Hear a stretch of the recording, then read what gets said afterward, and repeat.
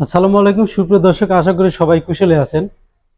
তো আমার সামনে যে গিজারটি দেখতেছেন, এটা নর্মাল কোনো গিজার না, এটি ওয়ালটনের স্মার্ট গিজার। তো আজকে আমি এই গিজার নিয়ে আলোচনা করব।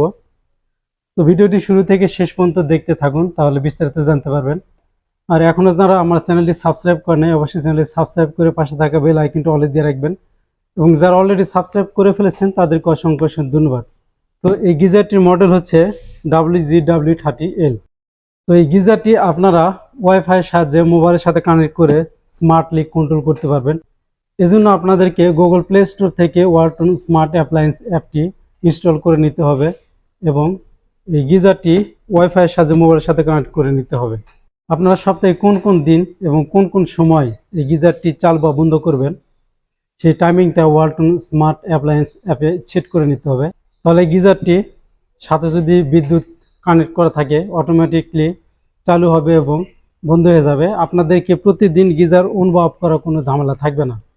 তো আমাদের এই গিজারগুলোতে সেফটি প্রোটেকশন দেওয়া থাকে, যার কারণে অ্যাক্সিডেন্টের কোনো ঝামেলা নেই। তো এইটাই হচ্ছে এই গিজারের কন্ট্রোল প্যানেল।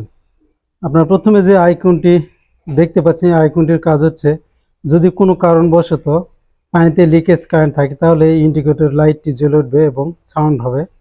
এবং পরে যেই আইকনটি দেখতে পাচ্ছেন, এটা হচ্ছে ওয়াইফাই সিগন্যাল, অর্থাৎ এটা ওয়াইফাই এর সাহায্যে মোবাইলের সাথে কানেক্ট থাকবে।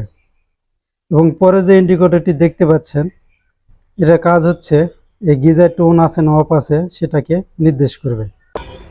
এই গিজারটির ধারণ ক্ষমতা 30 লিটার। আর বাম পাশে আছে এইখানে ইনলেট এবং আউটলেট দুইটা পাইপ দেওয়া আছে। আর এই গিজারটির যে শীট ব্যবহার করেছে উপরে এটা স্টেইনলেস স্টিল এবং ভিতরে যে স্টিলটা ব্যবহার করেছে এটা হচ্ছে গ্যালভানাইজিং স্টিল, এটা সহজে জং ধরবে না।